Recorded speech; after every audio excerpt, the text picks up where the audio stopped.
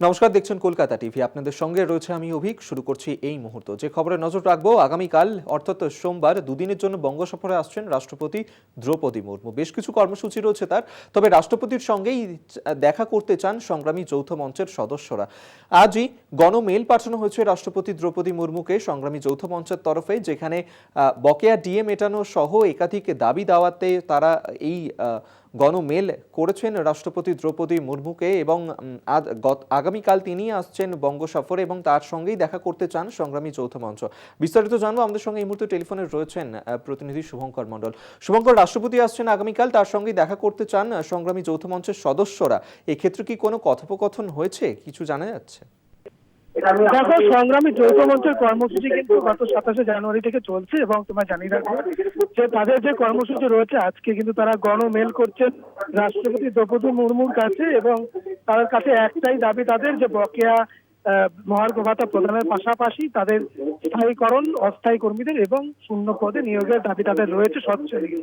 এবং সেই দাবিতে তারা কিন্তু মেল করছেন এবং আমি তাদেরকে প্রশ্ন করেছিলাম যে আগামীকাল রাজ্যের রাষ্ট্রপতি আসছেন দ্রৌপদী মুর্মু, তাদের মঞ্চ থেকে ঢিল ছোড়া দূরত্বেই তার কর্মসূচি রয়েছে, সেখানে অনুষ্ঠান রয়েছে, সেখানে তারা তার সঙ্গে দেখা করবেন কিনা তারা কিন্তু জানিয়েছেন একেবারেই তারা দেখা করতে ইচ্ছুক এবং সেই নিয়ে তারা আলোচনাও চালাচ্ছেন।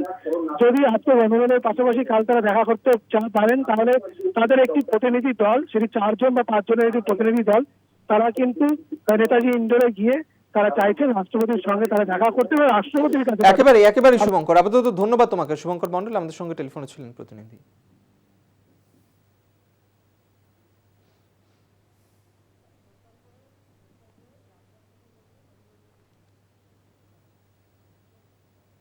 কংগ্রেসের সত্যাগ্রহ কর্মসূচি আর এই মুহূর্তে রাজঘাটে বক্তব্য রাখছেন অধীর রঞ্জন চৌধুরী। प्रियंका गांधी जी, तमाम वरिष्ठ नेतागण और हमारे सारे कार्यकर्तागण,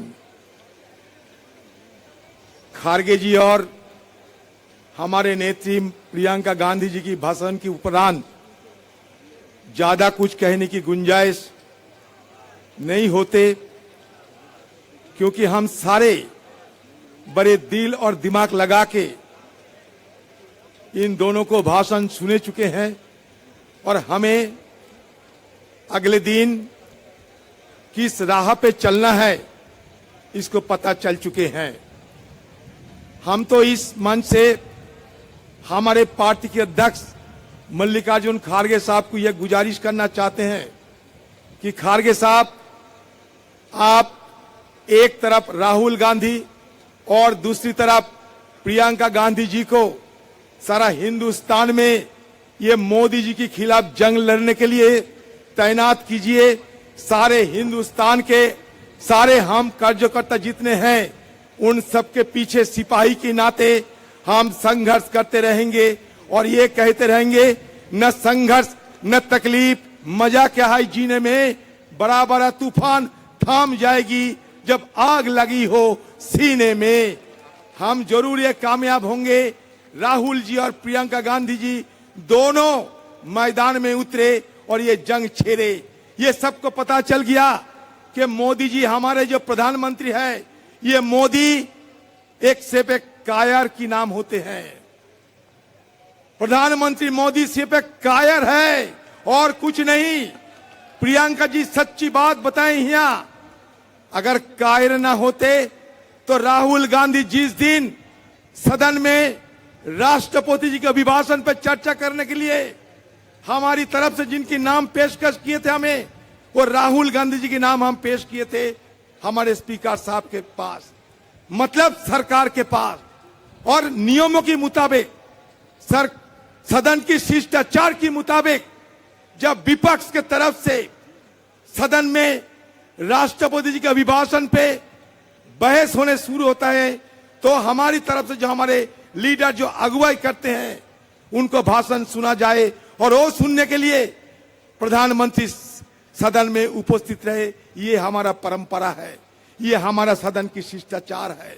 लेकिन आपने देखा जिस दिन राहुल गांधी जी एक के बाद एक कच्ची चिट्ठा निकलकर एक के बाद एक घोटाला को उजागर करने में सदन के अंदर उपस्थित हुई थी, उस दिन सदन के अंदर मोदी जी बिल्कुल नदारद थे। आपको शायद ये जानकारी मिला होंगे या आप सदन की अगर कार्रवाई देखें तो पता चलेंगे। इसका मतलब ये हुआ कि राहुल गांधी जी की जो भाषण, राहुल गांधी जी को जो शिकायतें एक के बाद एक दर्ज होते थे, मोदी जी की हिम्मत नहीं थी कि वो शिकायत को कम से कम सुन लिया करे। वो भागे हुए थे सदन से। और राहुल गांधी जी की भाषण पे जब सारे देश में और दुनिया में लोगों के अंदर मोदी जी और अदानी के साथ जो नापाक ताल्लुकात है, जो रिश्ते हैं, इस मुद्दे को लेकर जब सवाल उठना शुरू हो चुके हैं, तो ये और एक काम किया। वो क्या जानते हैं? राहुल गांधी जी की जितने भाषण सदन में उन्हें रखे थे, ये सारे भाषण को हटा दिया दस्तावेजों से। बजाय क्या है कि अगले पीढ़ी कभी किसी हालत में, किसी अवसर में राहुल गांधी जी सदन में अंदर क्या कहे थे, इस बारे में किसी को ना पता चले। तो कितना डरते हैं राहुल जी की भाषण पे, आप खुद पता कर लो। हमारे हिंदुस्तान की आजादी के इतिहास में ऐसा नहीं हुई कि किसी एक सदन की, हमारे आम लोगों की नुमाइंदे होते हुए राहुल गांधी जी जब हमारे कांग्रेस पार्टी की तरफदारी करते हुए, अगुवाई करते हुए भाषण दिए, वो सारे 75% मतलब 2/3 भाषण हटा दिया गया दस्तावेजों से। ये कायरत नहीं है तो और क्या है बताइए आप? ये सिर्फ कायरत है क्योंकि ये जवाब